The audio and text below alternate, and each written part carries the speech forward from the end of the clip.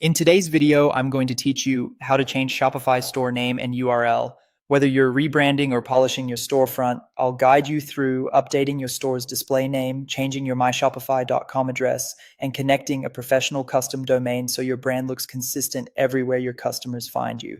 First, let's update the store name that appears across your storefront and customer communications. Log in to your Shopify admin.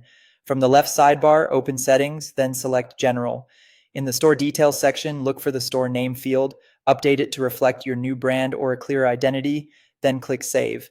This change is instant. You'll see it in places like your storefront header, order notifications, and some theme areas. It's an easy way to refresh your branding without touching any web addresses. Just keep in mind that changing the store name does not alter your website URL. It only updates the visible label your customers see.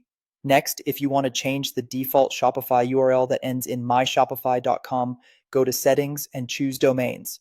Find your current myshopify.com address and click Change. This option can only be used once, so choose carefully. Enter the new myshopify.com name you want, make sure it's available, and confirm.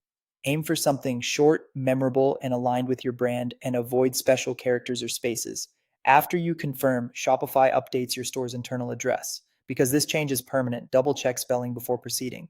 This affects only the default Shopify domain and doesn't modify any custom domain you might connect later. For a more professional presence, consider using your own custom domain from a provider like Hostinger or any other domain registrar. Purchase the domain you want, then in Shopify, go to Settings, Open Domains, and select Connect Existing Domain. Enter your domain and follow the on-screen prompts to verify and link it. Your domain provider may ask you to adjust DNS records. That's normal, and Shopify will guide you through the process.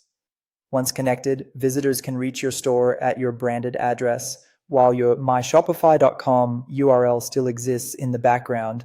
And that's it, your store name updates instantly, while URL changes depend on whether you use Shopify's default domain or a custom one.